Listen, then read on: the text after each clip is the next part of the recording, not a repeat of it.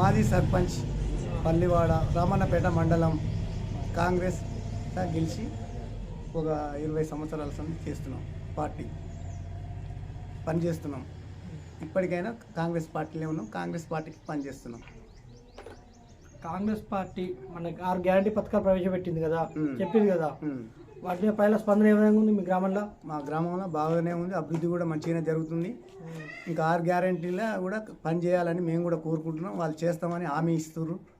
అట్లా అయితే ఇప్పటికి చాలా మందికి రైతు బంధు బల్లి అని చెప్పేసి ప్రజల్లో ఒక అపోహ ఉంది. చాలా మందికి పడతా డౌట్ పడుతున్నారు. రైతు బంధు కూడా పడుతుంది. 3 ఎకరాలు 4 ఎకరాల వరకు వచ్చేసింది. ఈసారి ఖచ్చితంగా అందరికీ వేస్తాం అని గ్యారంటీ కూడా ఇచ్చినాం, హామీ ఇచ్చినాం. ఇంకా కూడా కొనసాగిస్తాం. మొన్నటి వరకు ఉన్న సర్పంచ్ మీ గ్రామాన్ని ఏ విధంగా అభివృద్ధి చేసిండు? మంచిగానే చేసిండు. సీసీ రోడ్లు వేయించిండు, డ్రైనేజ్ వేయించిండు. అయితే కొన్ని సాధక బాధకాలు ఏంటంటే టీఆర్ఎస్ గవర్నమెంట్ ఉండటం వల్ల జర ఇబ్బందులు పడ్డాం. అట్లా మీ గ్రామంలో ప్రధానంగా ఇప్పుడు రోడ్లు చూస్తే మొత్తం గిల్లలు వేసుకొని తిరుగుతున్నట్టు ప్రధాన మెయిన్ రోడ్లు మాత్రం ఖరాబ్ అయినాయి. ట్రాక్టర్లు పుల్ వీల్స్ చక్రాలు తిరిగి ఖరాబ్ అయినాయి. మీ గ్రామ కార్యదర్శి పాలకవర్గం మరి వాళ్ళకి నోటీస్ ఇచ్చే ప్రయత్నం చేసిరా? ఇట్లా చేసినాం. కానీ ఏంటంటే ఈ పల్లెటూరు కాబట్టి ఇక ఎక్కడ జరిగాయి అక్కడ జరుగుతున్నాయి కాబట్టి ఆ రోడ్ని కూడా మళ్ళీ మంచి చేద్దామని మా ఎమ్మెల్యే ద్వారా చేపేయాలని కోరినాం.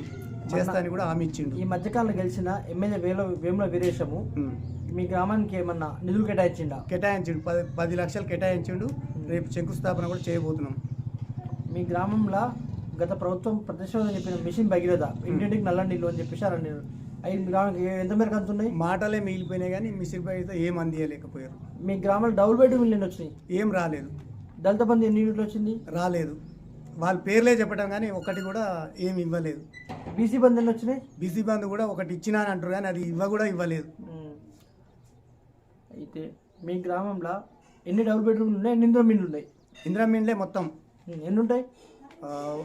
200 కుటుంబాలు ఉంటాయి. మీ కాంగ్రెస్ ప్రభుత్వం ఉన్నప్పుడు ఏమేమి అభివృద్ధి చేసింది మీ గ్రామంలో? ఫస్ట్ స్టార్టింగ్ సంది కూడా మా ఊరు గ్రామ పంచాయతీ ఏర్పడ్డ సంది కూడా కాంగ్రెస్ సర్పంచ్ ఉమ్మడి నల్గొండ జిల్లా ఉన్నప్పుడు. కాకపోతే మొన్న టీఆర్ఎస్ గవర్నమెంట్ వచ్చినాక 2 సార్లు ఓడిపోయినాం కాంగ్రెస్ సర్పంచ్. ఏకదాటికి వచ్చింది కానీ కాకపోతే వాళ్ళు 10 సంవత్సరాలు చేసి కూడా ఏమీ అభివృద్ధి చేయలేకపోయారు. ఫస్ట్ స్టార్టింగ్స్ ఉంది కూడా ప్లాట్లు ఇచ్చడం కూడా కాంగ్రెస్ పార్టీ ఇచ్చింది, ఇల్లు కట్టించడం కూడా కాంగ్రెస్ పార్టీ కట్టించింది. ఇప్పుడు కూడా మళ్ళీ కాంగ్రెస్ పార్టీ ఫామ్ అయింది. ఖచ్చితంగా మళ్ళీ కాంగ్రెస్ పార్టీ ఇస్తుంది. మీ గ్రామంలో మొన్న వేముల వీరేశానికి ఎంత మెజార్టీ ఇచ్చారు కాంగ్రెస్ పార్టీ నుంచి? మేము 800 చిల్లర. 800 చిల్లర మెజార్టీ ఇచ్చారు. మెజార్టీ అంటే 400 చిల్లర. 400 ఓట్లు మెజార్టీ వచ్చింది టీఆర్ఎస్కు.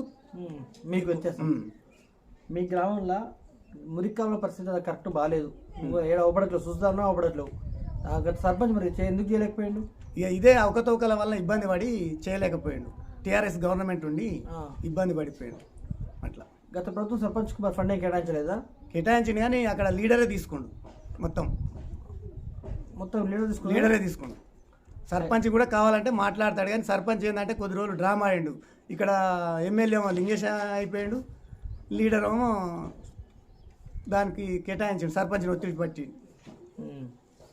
పని ఆయనే చేసుకోండు. గతంలో మీరు కల్పించిన ఎమ్మెల్యే తిరుపతి లింగయ్య ఆ పార్టీలో పోయిండు. మళ్ళీ మీ గ్రామస్తులు అని మీకు నాయకత్వం కనిపోయి ఏం అడగలేదు గవర్నమెంట్ డెవలప్మెంట్ గురించి? అడుగుడంటే నేను ఆయన పోయేటప్పుడు కూడా మమ్మల్ని అందరినీ పిలుచుకుంటూ సహకరించిండు. మేమైతే పోతున్నాం, నాకు ఇబ్బంది ఉంది, మీరు వస్తే రండి, లేకపోతే లేదంటే మేమైతే రాము, మీరు పోతే పోయిండి అని మేము అన్నాం.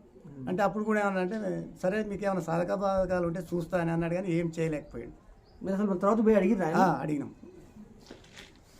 మీరు సర్పంచ్ ఉన్నప్పుడు ఈ విలేజ్ని ఎలాంటి అభివృద్ధి అందించారు? 2006లో అప్పుడు మేము ఇందిరమ్మ ఇండ్లన్నీ కట్టించినాం మేమే. ఇంకా ఇంకేమేం చేసి ఇందిరమ్మ ఇండ్లు కట్టించినాము. మన ఉపాధి హామీ పనులు కూడా బాగా చేయించినాం. మోరీలు, డ్రైనేజీలు, సీసీ రోడ్లు. టీఆర్ఎస్ ప్రభుత్వం ప్రవేశపెట్టిన పథకాలకి 6 గ్యారెంటీలకు తేడా ఏంటి? అంటే టీఆర్ఎస్ గవర్నమెంట్ మాటలు చెప్పడం వరకే కానీ ఏమి పనులు జరగలేదు. కాకపోతే ఏంటంటే మేము ఇప్పుడు ఖచ్చితంగా చేస్తాము అని హామీ ఇచ్చినాము, చేసి తీర్పుతాం. ఉచిత బస్సు ప్రయాణం మీద ప్రజలు ఏ విధంగా మీ గ్రామంలో ఎట్లా అంటారు? బాగుందంటారు మహిళలు కానీ కాకపోతే ఏంటంటే మన పల్లెటూరు కాబట్టి మహిళలు ఎక్కువ తిరగలేకపోతారు. అట్లా అదే హైవే రోడ్ మీద మన డ్యూటీలు చేసే వాళ్ళకి బాగా ఉపయోగపడుతుంది. పల్లెటూరులో ఏమవుతుందంటే వాళ్ళు ఎప్పుడో ఒకసారి పోతారు. అట్లా బస్సు సౌకర్యం లేదు. మీ గ్రామంలో బస్సు సౌకర్యం లేదు కదా, ఇప్పుడు ఎమ్మెల్యే దృష్టిలో తీసుకుపోయారు గతంలో? తీసుకపోయినా మళ్ళీ ఇప్పుడు మాకు పొద్దుగాల 10 గంటలకు సాయంత్రం మళ్ళీ 5-6 గంటలకు రావాలని కోరుతున్నాం. అసలు బస్సు ఇదివరకు ఉండే కదా, ఇంతకుముందు ఉండే. ఆ. ఇప్పుడు ఈ మధ్యన ఏంటంటే ఇక అందరూ స్కూళ్ళల్లో పోతారు కదా పిల్లలు అని, ఆటోలు ప్రైవేట్ బండ్లు అయినాయి కదా, బంద్ చేసారు. బంద్ చేసే వరకు ఇప్పుడు మళ్ళీ బస్సు సౌకర్యం కావాలని కోరుచున్నాము. పంపిస్తాను కూడా చెప్పిండు, ఇప్పిస్తాను అవకాశం. ఎట్లా ఓడిపోయింది కారణం ఏంటి? చిన్మర్తలింగే ఓడిపోవడం కారణం ఏంటంటే ఆయన మాటల వల్లనే ఓడిపోయాడు. ఇప్పుడు గెలిచిన ఎమ్మెల్యే యోనేశ్వర మీ గ్రామానికి అందుబాటులో ఉంటుందా? ఉంటాడు. మీ గ్రామానికి ఎన్నిసార్లు వచ్చింది గెలిచినాక? గెలిచినాక 2 సార్లు వచ్చిండు. మీ గ్రామానికి ఏమేమి హామీలు ఇచ్చిండు మీ గ్రామంలో చేపిస్తాను ఎలక్షన్ల ముందు? ఈ మన రమణపేట మండలానికి ఫస్ట్ ప్రిఫరెన్స్ మా పల్లివాడ గ్రామమే తీసుకుంటూ ఏదైనా ఇస్తాని హామీ ఇచ్చిండు. మేము భారీ మెజార్టీ చూపించినాము. ఖచ్చితంగా మాకు ఆయన ఇస్తాడని మాకు నమ్మకం ఉంది. ఇస్తాని కూడా చెప్పిండు. మన ప్రజాపాలన కార్యక్రమం నిర్వహించిన అధికారులు మీ ఊళ్ళో ఎక్కువ దేనికి పెట్టుకోరు అప్లికేషన్లు? ఇండ్లకు పెట్టిర్రు. నెక్స్ట్ రేషన్ కార్డులు. పింఛన్ మీ గ్రామంలో గత ప్రభుత్వంలో ఎన్ని వచ్చినాయి? అప్పుడు కాంగ్రెస్ గవర్నమెంట్ ఉన్నప్పుడు మామూలుగా 300 వచ్చేది. ఇప్పుడు మళ్ళీ అందులో కొన్ని కట్ చేసిండు. ఏది ల్యాండ్ ఉంది, ఎంప్లాయ్ ఉండ్రు, ఇండ్లల్లో ఉద్యోగస్తులు ఉంటే కట్ చేసిరు. కాబట్టి మళ్ళీ 250 అటు ఇటు వస్తున్నాయి వాళ్ళకు లిస్టుల పేర్లు. ఇంకా పాత అప్పుడు కాంగ్రెస్ గవర్నమెంట్ ఇచ్చిన పింఛన్లే మనకు బీఆర్ఎస్ ఏమి పెంచలే. లిస్టుల పేర్లు కొత్త ఏం రాలే. పాత వాటినే కట్ చేసి వాళ్ళకి ఎక్కువ ఇచ్చారు అంతే. రేషన్ కార్డు ఎన్ని ఇచ్చిండు? రేషన్ కార్డు కూడా ఏమి ఇవ్వలేదు, పేర్లు చెప్పడం వరకు. అలాగే ఇంకా కట్ చేసిండు. కాంగ్రెస్ గవర్నమెంట్ ఇచ్చిన వాటినే కట్ చేసి ఇప్పుడు ఇస్తానడు కానీ ఇవ్వలే. కేసీఆర్ ఎంతో ప్రదర్శన చెప్పింది, దళిత బంధు అని, బీసీ బంధు అని, గొర్రెల పంపిణీ అని. ఇవి మీ మార్గం అందుతున్నాయా? గొర్రెల పంపిణీ చేసిండు కానీ అది కూడా మోసమే జరిగింది.